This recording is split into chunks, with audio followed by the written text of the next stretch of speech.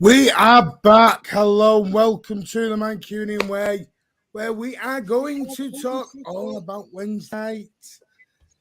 One of the old guards back, Rich. So it's a Forest fan. I mean, let's face it. There's going to be lots of big, rather European-shaped trophies going round the ETIHAD on Wednesday, isn't there? Champions of Europe. You'll never sing that. That's all you're going to get. You know. All you're going to get on Wednesday night is that. Yeah. And then where were you when we were shit? Even though most of the time we were shit, I seem to remember going to watch us play Forest a lot. You know, the last time I saw us play Forest, I know there was the cup game. I know we had the FA Cup games and we got beat. Do you remember the Jed Brallen goal from about 45 yards at the City ground? Yeah. It was where a long he way. Totally fluked it. I'm not having he did it. The one that went quite, it didn't quite have the power to go straight. It kind of went quite high. Up in the air. Yeah. And came down underneath the goalkeeper. And I was like, I just remember it. I think that was the same game.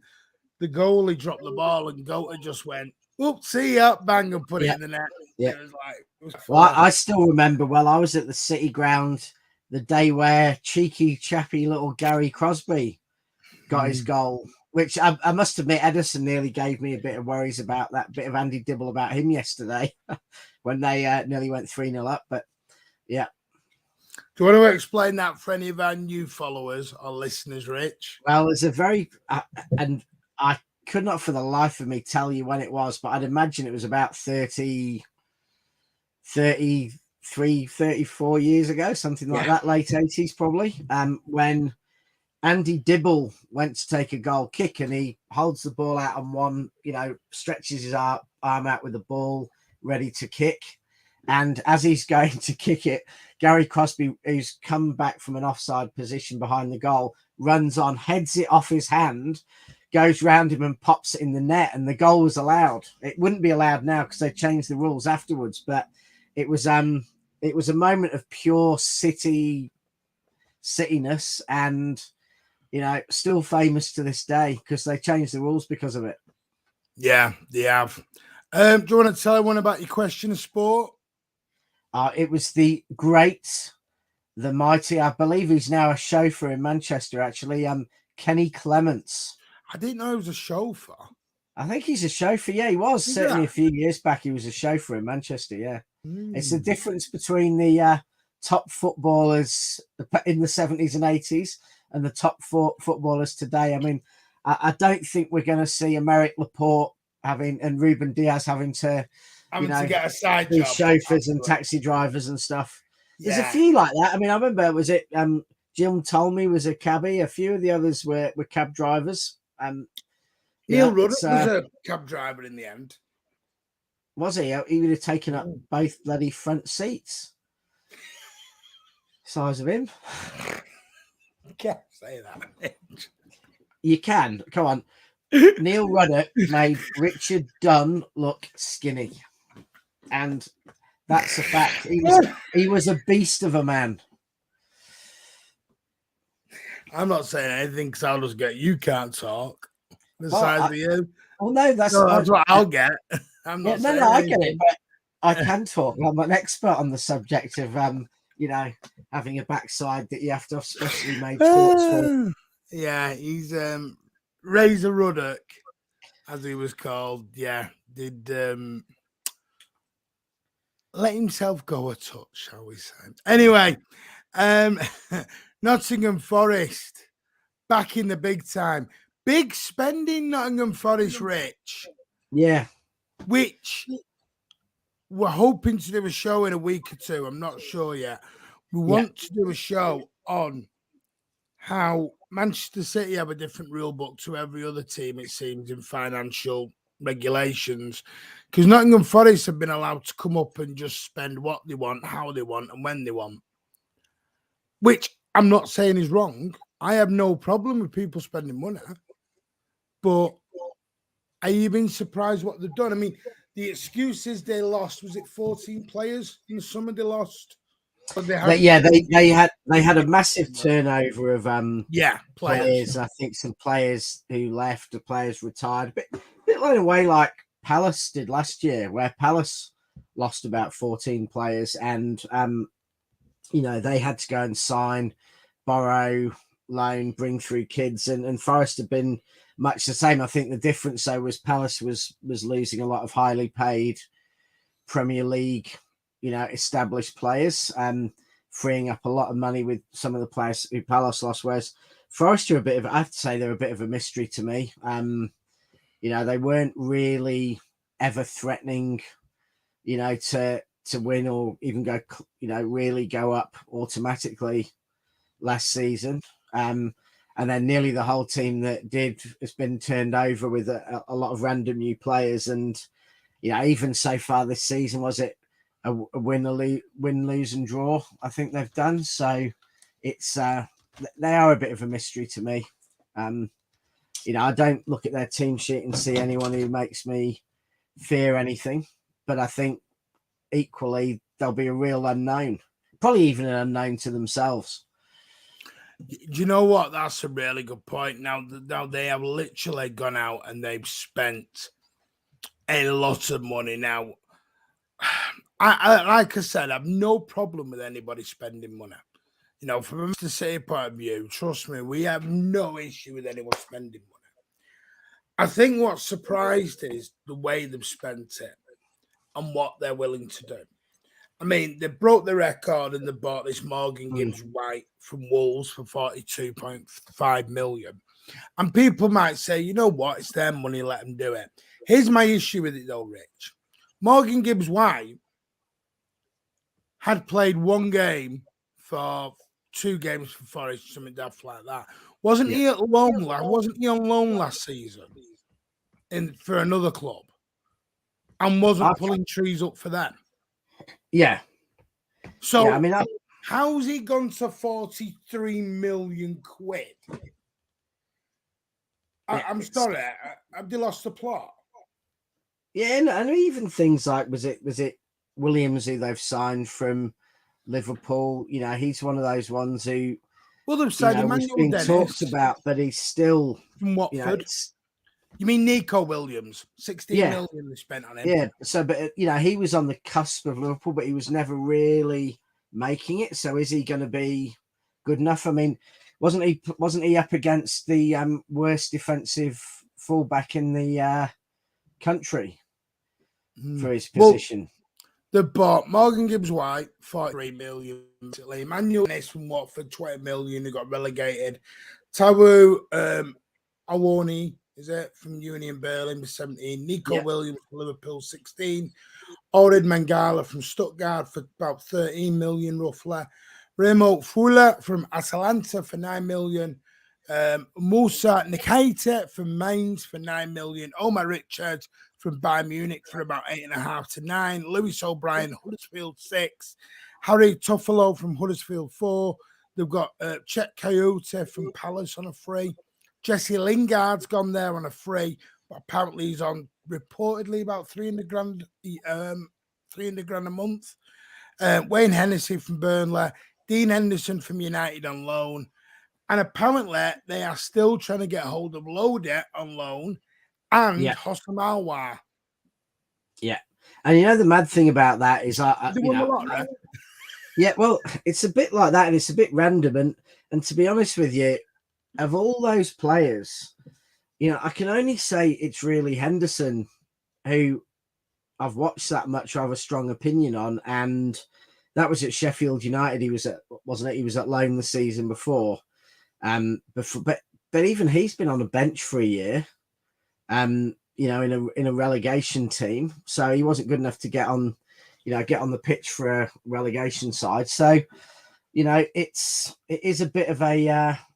It's just a mystery. I mean, players probably on the pitch, looking over and checking out the colour of the kit because they won't even recognise their own teammates or their, anything else. So it's a gamble, isn't it? It's chaos. Yeah, it's a gamble if they stay up and But do you think they've got to get out? They must have get out clauses in a lot of these contracts because Jesse Lingard, I know he's only signed to 1 year, and but if the they one get thing is, and they get Lodi over the line, which I know is a loan, if it goes through, are they cutting their nose to spite the face here? Well, are they just gambling?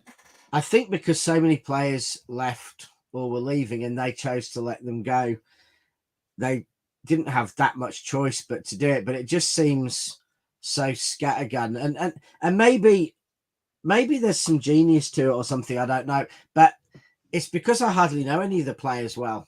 So, if you ask me, the guys from Stuttgart or from Union Berlin, are they any good? Well, I don't know. So maybe they all play a certain way. Maybe they are being bought with an idea, but I can't pretend to know enough about the players. As I say, the only players I really know well are Lingard, and Lingard is a good player for a team right at the bottom of the Premier League. He was never not a top 4 player, rich. But it's only a 1-year contract, so it's very low risk. They're getting a player who's played at the top level, played international football for no transfer fee, and he's gone in a year, so there's no financial risk. So I think in a way, now I think it can go there, Monday. Yeah. It can go up to that figure if they do certain things, even 80 grand. The thing is, what annoys me with Lingard a little bit is it looks a little mercenary. Because if he had faith in what was going on, he'd sign a 2-3 year deal. Well, that's assuming they probably wouldn't sign a deal that much money to him for multi years, because that's a risk for Forest. So why did he not go to West Ham then? Because maybe he decided that deal, if it goes well, he signs a 3-year deal and it's fine for both parties. If it doesn't, I don't know. I mean, maybe this is my other side. Or is the historic relevance of Nottingham Forest and being back in the big time, is that a pull? Because let's be honest, Nottingham Forest used to be one of the old. Yeah, that was before Jesse Lingard was born. I mean, I know. I'm going to talk about United being this great force, and a lot of that was before he was born. But no, Lingard was a kid when United were good and a teenager when United were good. But he wasn't born when Forest were, the side. I remember, as a very little kid, I remember them winning the European Cup. That's how old I am. So, but even after the European Cup, I'm not going to put my fan on because I'm just now. I'm just saying, even in that era after that the Forest of Stuart Pearce and Des Walker, was a very that was a very good side. Through to the early 90s, Forest still had a decent side. They won cups, they won league cups, they got in the upper echelons of the league, even after Clough. But it was it's a bizarre one, and that's why it feels like doing a preview against a president's elect 11 who's been picked from different teams to come and play a game. And I'll be interested. I don't think I think it's the 4:30 kickoff today. Be quite interested tomorrow morning to get up and watch the Forest Tottenham game. Yes, because I'm looking forward to watching it. Yeah. I mean, they look. Let's go. So go on, Rich. Yeah, I mean they've kind of they've just looked mixed in the first 3 games, haven't they? They got beat by Newcastle 2-0. Yeah, 2-0. It was quite okay in that. Newcastle didn't play well though. Yeah, and then they drew with Everton. But they should have beat Everton by all accounts. Yeah. Newcastle were poor against them. Grimsby away in the cup. Yeah. Newcastle were poor against them, and it wasn't the Newcastle performance that they put on against us. No, it was a poor Newcastle performance, and they still, won by 2. Could it be another Fulham? No, I think it's by that. Do you remember Fulham spent, was it 120, 130 million the last time they came up, and they got And they went down. But even that spending seemed a bit more structured. It seemed a bit more like they Is this up there with Chelsea at the minute?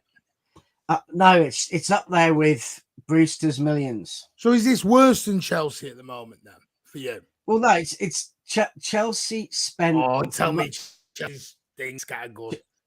Chelsea spent much more than this, but Chelsea was signing,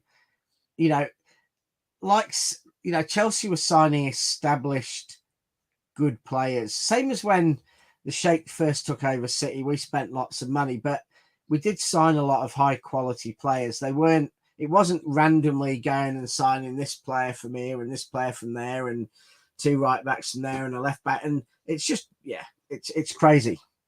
But and this is why I want to show on this eventually.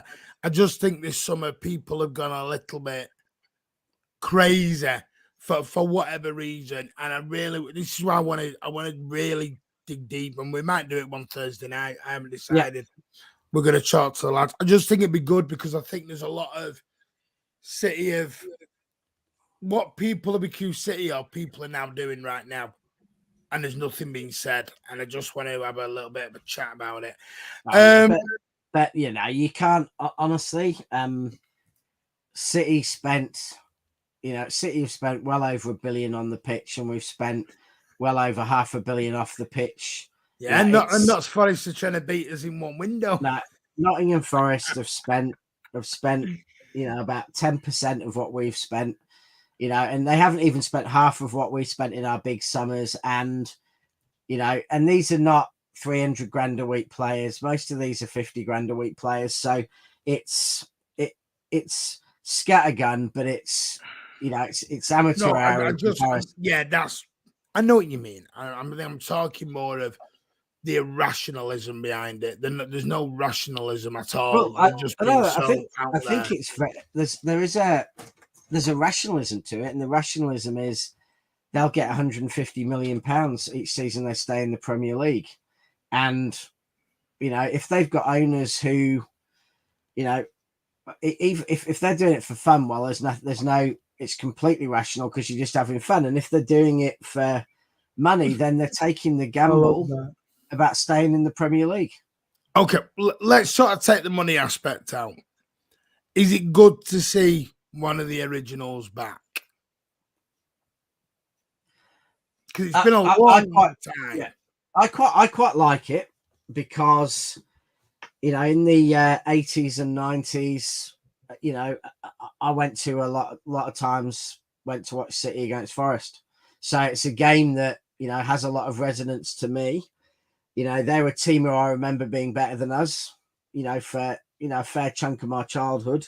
And, so, yeah, I mean, it's not because they won the European Cup or anything, but they're just a team who I have a history with, and I like to see them back. And, I still think Clough was one of the absolute football geniuses of my lifetime.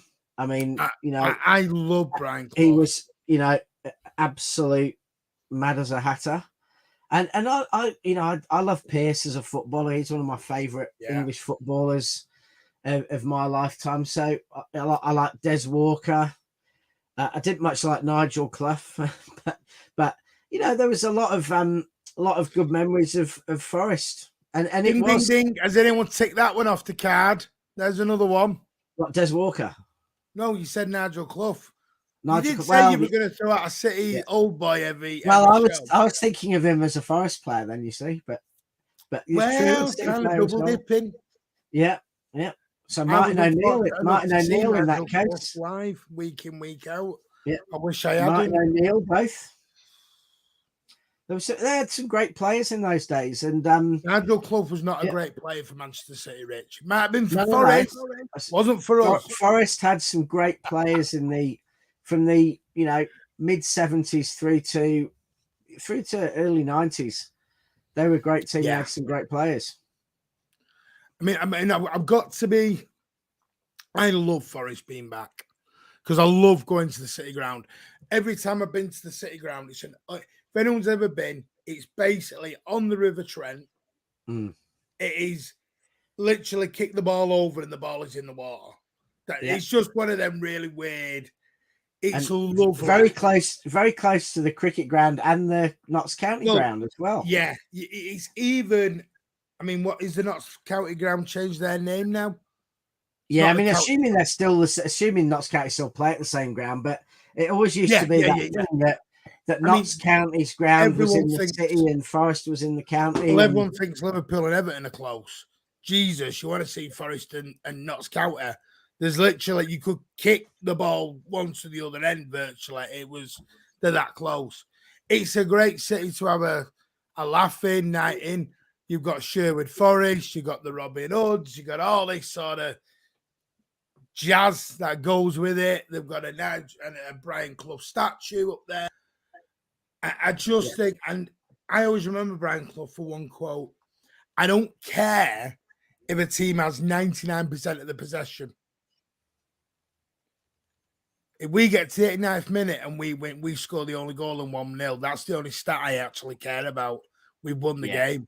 He was never asked about XG, or if you'd have said to Brian Clough, XG, Brian was 2.44, he'd have looked at you and give you a crack. But he was bothered about how you did it in some ways. Look at Leeds.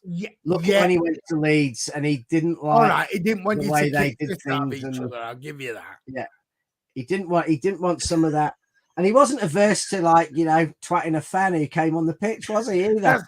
No, I think Alan Pardew sort of really twatting everyone, didn't he? Yeah, but he's the other thing is, and I think this is an important thing. We have to listen to a lot of, people, Scousers, United fans going on about history. Now, here is a club with history. I think they're the second or third oldest current league club in the country. I think Notts County the oldest, if I remember, something like 1862, and Forest are about 1865. I think 1865. So this is a club that goes back, to the time of the US Civil War. This is a club that goes back to the first half of Queen Victoria's reign. So, and by the way, this is a club with history. European Cup. They won the actual European Cup, where when you had to be champions. Yeah, and so you didn't beat the fourth team from Bratislava. You actually beat a champion. Yeah, I'll actually take, I'll take a Forest fan saying you've got no history to City, because technically it's true. I mean, they were going for there were people who were Forest fans as a kid who were well into their 30s before City were even coming into existence. So you've got some real history here, and you've got some real history of success in not ancient times, but in mine in your lifetime. And you've got a club whose City have played a lot over the years, over many teams, many generations. So I think, I'm all for Forest being back. And, Brian Gardner's it will annoy me if that was politics, mate. Yeah. Because the FA was shit scared of him. They couldn't control Brian Clough. And that's what they were scared of. They wanted a yes man in.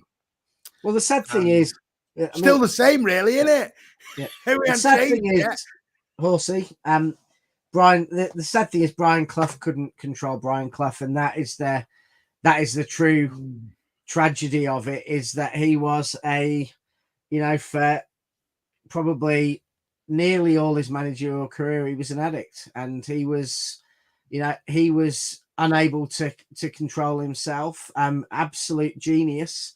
And let's not forget, a genius as a goal scorer. I mean, his goal scoring record, he did have, I think, a very serious injury, and he's never really talked about, like a Jimmy Greaves or someone, but his goal scoring record, was it Sunderland or was it Middlesbrough? It was up there in the northeast. Sunderland, yeah, it was phenomenal. He was a early, miniature Erling Haaland. Yeah, he come from Valley. He used to live on Valley Road, and he sadly got a massive, was it knee injury? He basically massive knee injury. And allowed him to go into management young, and the rest, as they say, was history. Just sadly, he had his demons, as some of us people do. And it was a time where there wasn't the help around probably what there is today. And sadly, it got the better of him. So yeah, and it was exactly the same with Howard Kendall. Another genius of a manager, similar generation, similar, a lot more calm personality than Cloughie. But yeah, it was sad. There was some real characters there.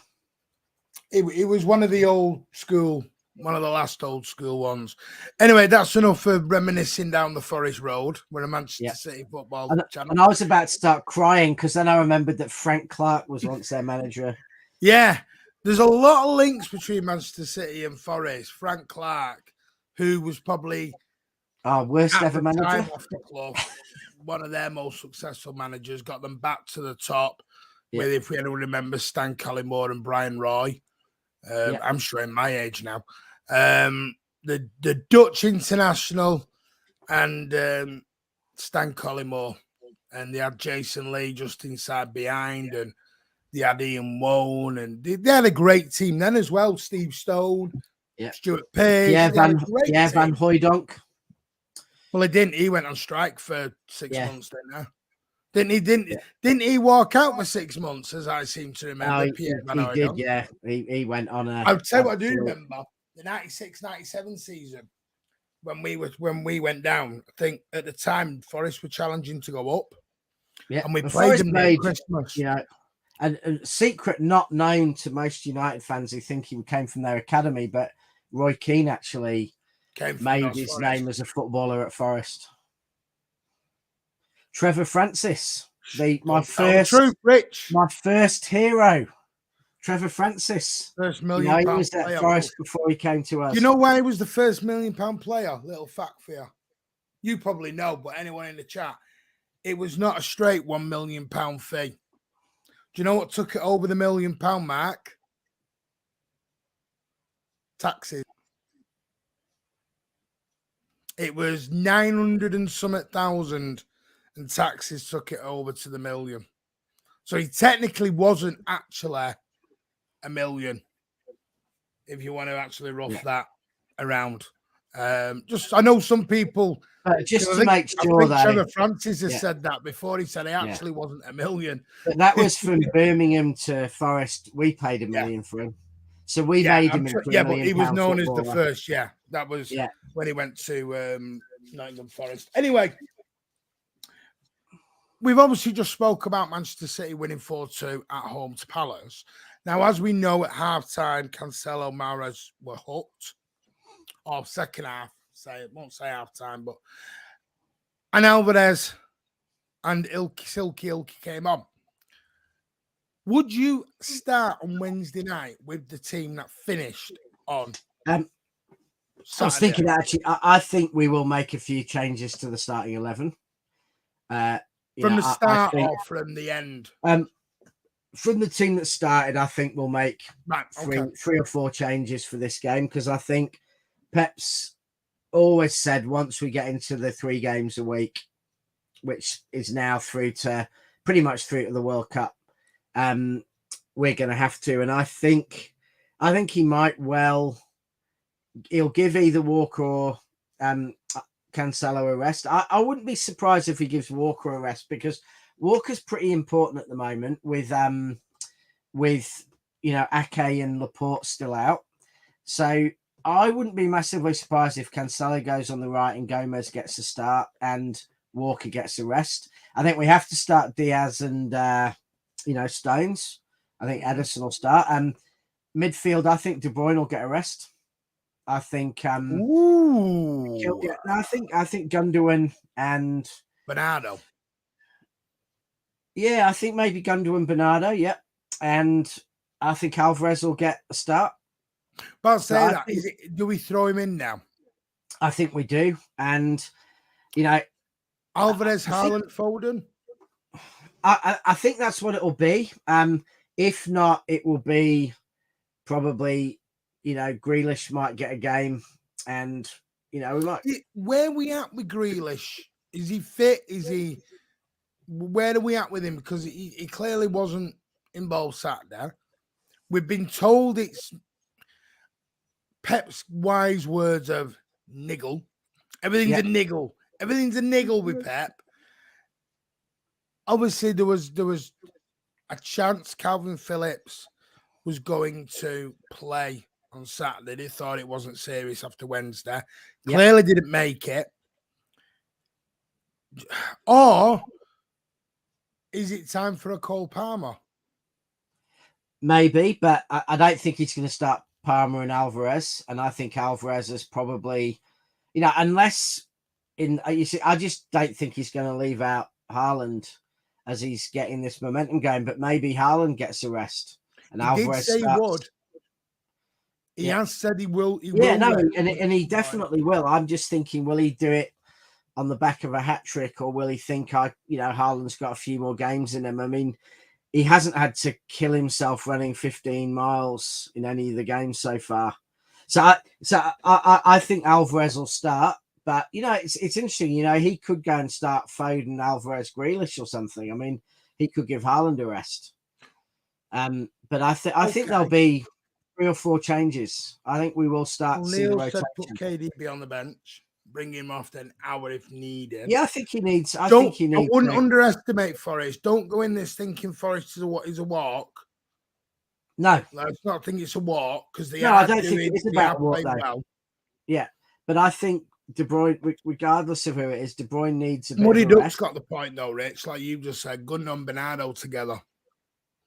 Well, the amount of times last season where I thought our midfield was at its absolute best was actually, and it's ironic really, because if you asked me who City's best attacking player was last year, it was De Bruyne.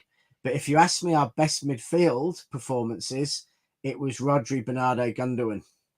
So, it's sometimes so, but in a way, I actually, I thought, Bernardo, I liked him going up front, playing on the right in, for a big chunk of the Palace game.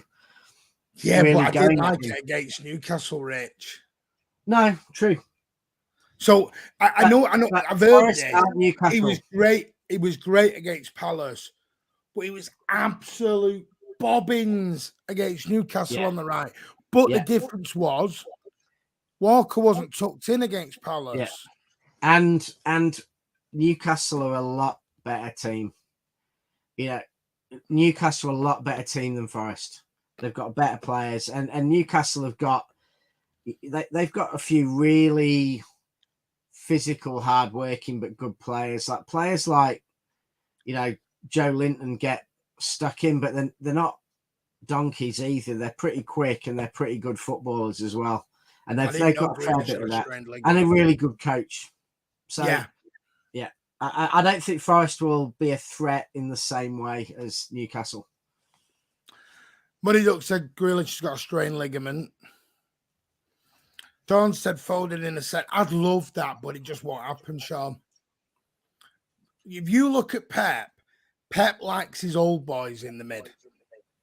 He likes a 29, 30, 31-year-old in that mid, if not 33. Go back to every, Bayern Munich, Xavi, Iniesta, who else am I missing? Xavi, Iniesta, Busquets. They were all aging. He likes he always said he'd have had the 11th Fernandinho's out on the pitch if he could. But that said, he still, they weren't that old. Busquets came through very young for I know that at the beginning. If you look at Xavi and Iniesta when they started getting to the pomp was 29, 30 when they started properly rolling. But the thing is with Pep, I don't think he likes a youngster in midfield, Fuller. I don't think I think it's just a trust. I've said this before. I think you've got to earn your trust to be in that centre of midfield, because that centre of midfield is such a key area for Pep ball. If you can't do Pep ball properly, you ain't going into that middle. Not a cat in else chance. Yeah. I mean, look at Grealish. Grealish, everyone said, and I quote, Grealish was the Bernardo replacement. If Bernardo left. Yep.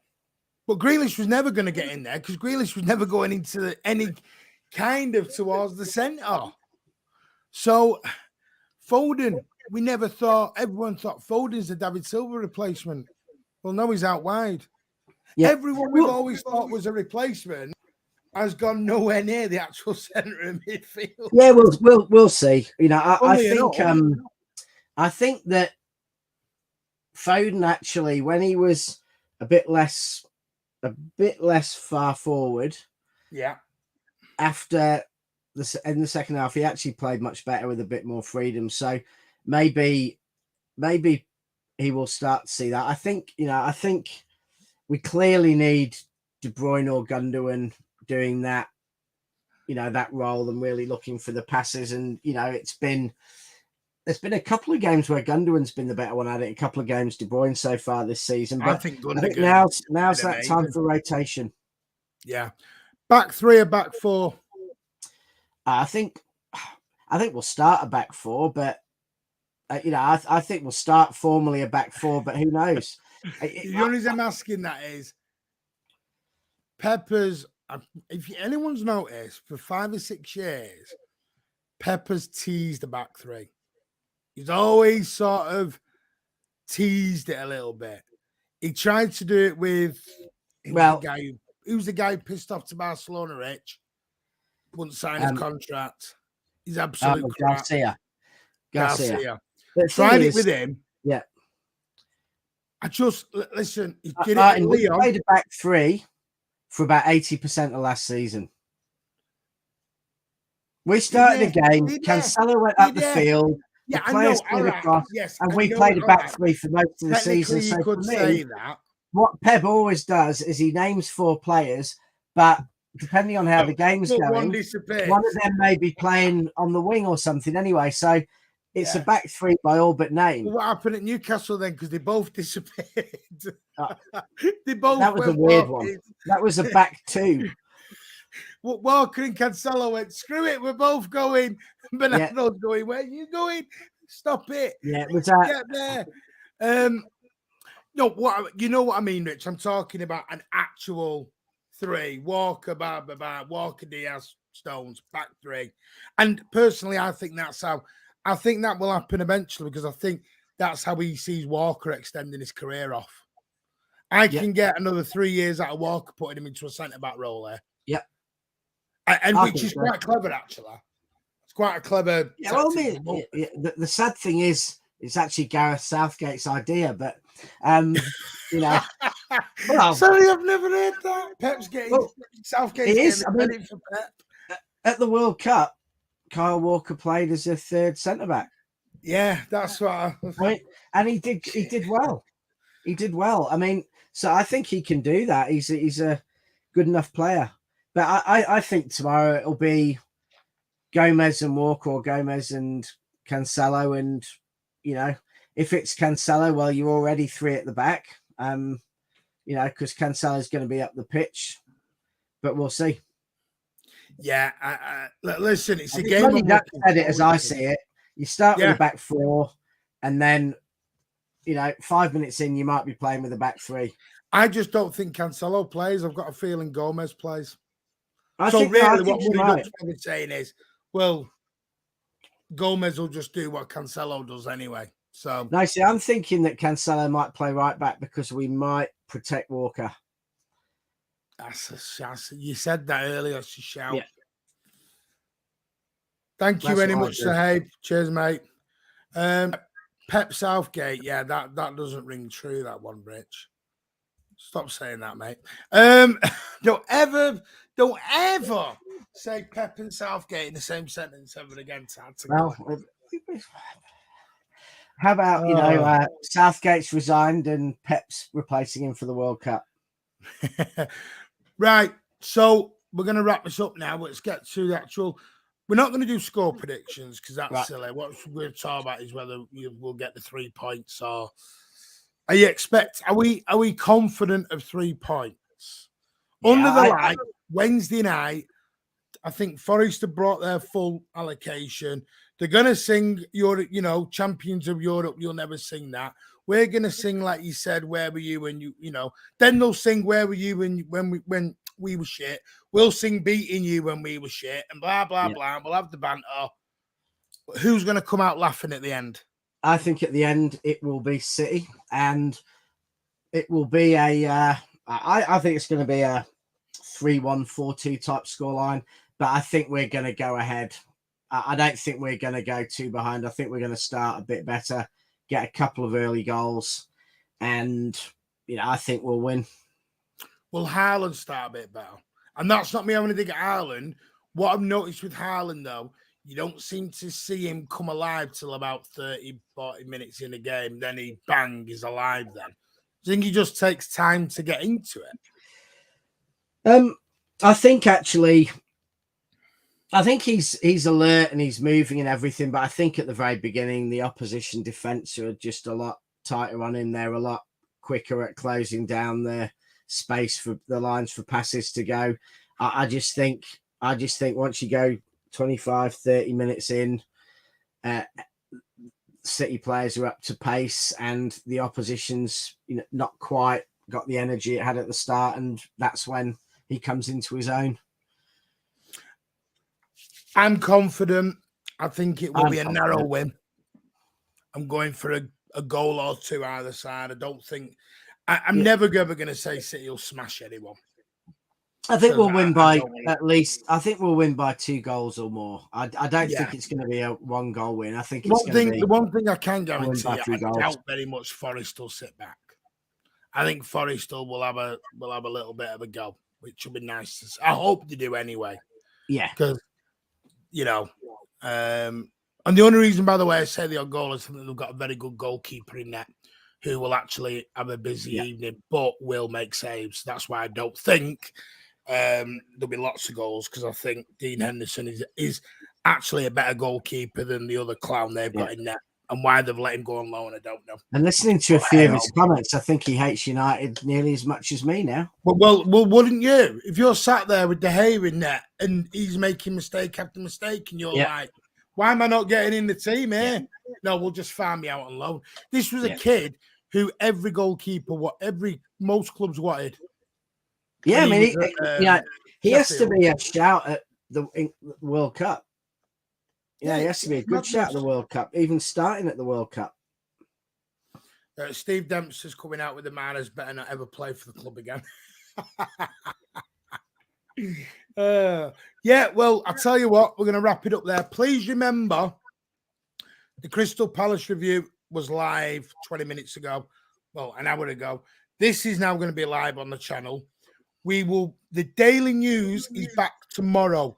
Just to let everyone know, the Daily News 10-minute shows are only going to be Monday to Friday. We're not going to do them at weekend, because weekend's going to be match days. So Monday to Friday, Daily News will be back tomorrow, 7 a.m. with myself. And we will then be back on. We'll try and see who we've got available for Wednesday night after the game. Yeah. And one thing, actually, Martin, to say before we go, that I think I'm right in saying this, but I'm actually pretty sure that Alfie Haaland played more times for Forest than he did for Leeds. And he played more for Leeds than City. So maybe this will be Erling's chance to bang some goals past one of his dad's old teams. Well, is this what they'll be singing? Erling Haaland is a red. They're singing that on Wednesday night tours. I think he's a Leeds fan, Forest fan, City fan. Which bloody fan is that? Well, do you know what? I've never ever seen him in a Forest shirt. I have seen photos of him in a Leeds shirt, and he was born in Leeds.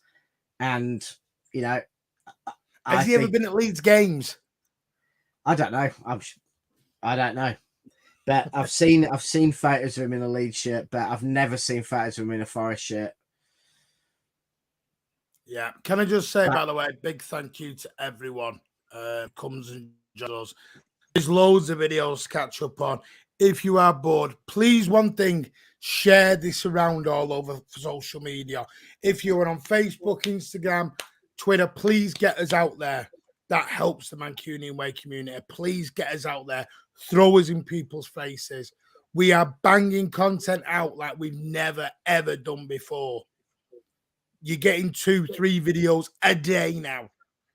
Yeah, come on, please get us out there and get us on that march to 1,000 subscribers. And anyone who has subscribed and hit the video, thank you. It is amazing. Anyway, Rich, I'll let you go and have some kip. Yeah, I'm going to go and get some sleep. Thank you for joining us, mate. Everyone in the chat, thank you. Enjoy the game on Wednesday. I'm back 7 a.m. Don't forget it is recorded. It's not live. It'll be recorded. 7 a.m. with the Mancunian way. New daily news in 10. And we'll see you probably round about Wednesday night for post-match Nottingham Forest. Yeah. Take care. And Take care. We'll see you on the next soon. one. Thank you, Martin.